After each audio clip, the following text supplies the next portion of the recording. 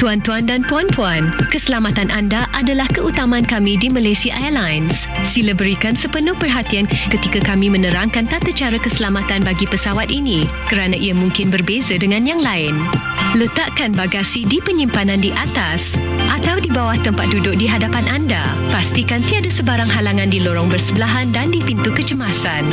Pasangkan tali keledar dengan memasukkan hujung logam ke dalam kepala tali keledar sehingga ia klik. Tarik hujung ikatan untuk mengetatkannya. Untuk membuka, lepaskan pelekap logam. Pastikan tali keledar sentiasa dipasang dan boleh dilihat oleh anak kapal walaupun tanda isyarat tali keledar dipadamkan. Tali keledar untuk bayi juga disediakan. Sila hidupkan mod penerbangan pada telefon bimbit anda. Semua peralatan elektronik perlu dipadamkan sebelum berlepas atau mendarat. Anda dilarang mengecas peralatan elektronik pada waktu ini. Peralatan elektronik kecil mesti dipegang atau disimpan. Peralatan yang lebih besar seperti komputer riba mesti disimpan. Jika peralatan elektronik terjatuh di antara tempat duduk, sila panggil anak kapal untuk bantuan. Tegakkan tempat duduk dan turunkan sandaran lengan. Letakkan meja di tempat asal dan buka tingkap anda. Pastikan anda lakukan perkara sama semasa mendarat. Perlu diingat, merokok adalah tidak dibenarkan dalam penerbangan ini. Walaupun rokok elektronik termasuk ditandas di mana pengesan asap diletakkan, mengganggu pengesan asap adalah satu kesalahan. Jika tekanan dalam kabin berubah, corong oksigen akan keluar. Duduk dan tarik corong. Sekupkan corong pada hidung dan mulut. Tarik pengikat kepala. Bernafaslah seperti biasa. Pakai corong terlebih dahulu sebelum membantu orang lain. Jika beg tidak mengembung, jangan risau. Oksigen akan tetap mengalir. Jika perlu memakai jaket keselamatan, ia boleh didapati di sini dan di sini. Keluarkan jaket keselamatan. Sarungkan dari kepala. Pusing pita keliling pinggang dan pasangkan pita plastik. Tarik pita sehingga ketat. Gelembungkan jaket sebelum meninggalkan pesawat dengan menyentap penarik merah.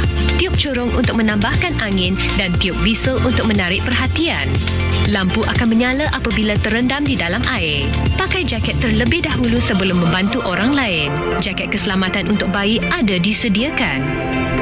Jika berlaku pendaratan kecemasan, tunduk seperti ini atau ini sehingga pesawat berhenti sepenuhnya. Jika bersama bayi, anda perlu tunduk seperti ini. Apabila diarah keluar, ikut aliran lampu ini ke pintu kecemasan. Pesawat ini mempunyai 8 pintu kecemasan. Sila perhatikan kedudukan pintu kecemasan berdekatan anda. Tanggalkan kasut tumit tinggi apabila diarah menggunakan gelongsor kecemasan dan tinggalkan semua barang. Gerak pantas ke pintu yang berdekatan. Setelah keluar, jauhkan diri dari pesawat. Sekiranya berlaku pendaratan atas air, rakit keselamatan akan dilancarkan. Anda mesti duduk apabila rakit dipisahkan dari pesawat. Dalam keadaan kecemasan, ikut arahan anak kapal anda setiap masa. Maklumat keselamatan ada di risalah keselamatan di saku tempat duduk hadapan anda. Jika duduk berhampiran dengan kawasan tingkap kecemasan, anda mungkin diminta membantu membuka tingkap kecemasan jika diperlukan. Sila baca di belakang risalah keselamatan cara-cara membuka tingkap kecemasan.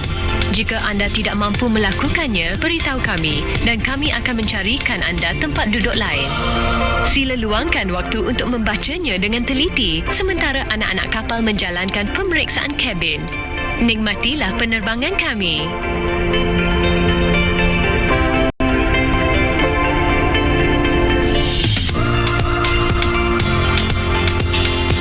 Ladies and gentlemen, for those of you who require additional information on the briefing, please refer to the safety information card in the seat pocket in front of you. Should you require further clarification, do not hesitate to call any member of the crew. Thank you. Cabin crew, be seated for takeoff. We are a top-of-the-line broker.